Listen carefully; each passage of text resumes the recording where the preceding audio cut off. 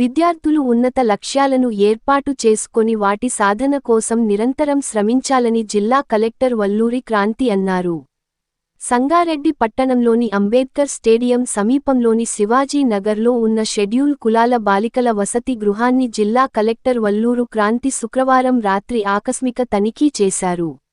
వసతి గృహంలో kitchen షెడ్డును, dining హాల్ను, store రూంలోని నిత్యావసర వస్తువులను పరిశీలించారు. వసతి గృహంలోని విద్యార్థులకు నూతన మెనూ ప్రకారం నాణ్యమైన భోజనం అందించాలని సిబ్బందికి సూచించారు. విద్యార్థులతో మాట్లాడి వారి సమస్యలను అడిగి తెలుసుకున్నారు. పరీక్షల సమయం దగ్గర పడుతున్నందున చదువుపై దృష్టి సారించాలని విద్యార్థులకు సూచించారు. కలెక్టర్ వల్లూరు క్రాంతి విద్యార్థులతో కలిసి భోజనం చేశారు. ఈ కార్యక్రమంలో బీసీ సంక్షేమ శాఖ అధికారి జగదీష్, సంబంధిత అధికారులు పాల్గొన్నారు.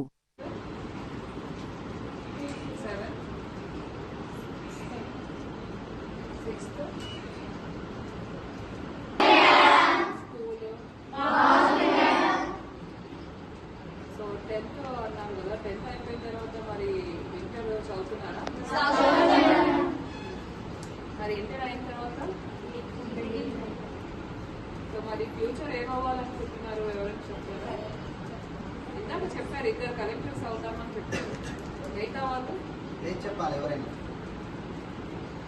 ఏం కోర్సెస్ తీసుకోవాలి, ఏం ఎగ్జామ్ రాయాలి, ఎక్కడ చదవాలి, ఇవన్నీ కూడా ఒక అవగాహన ఉండాలి మనకు. సో ఇప్పుడు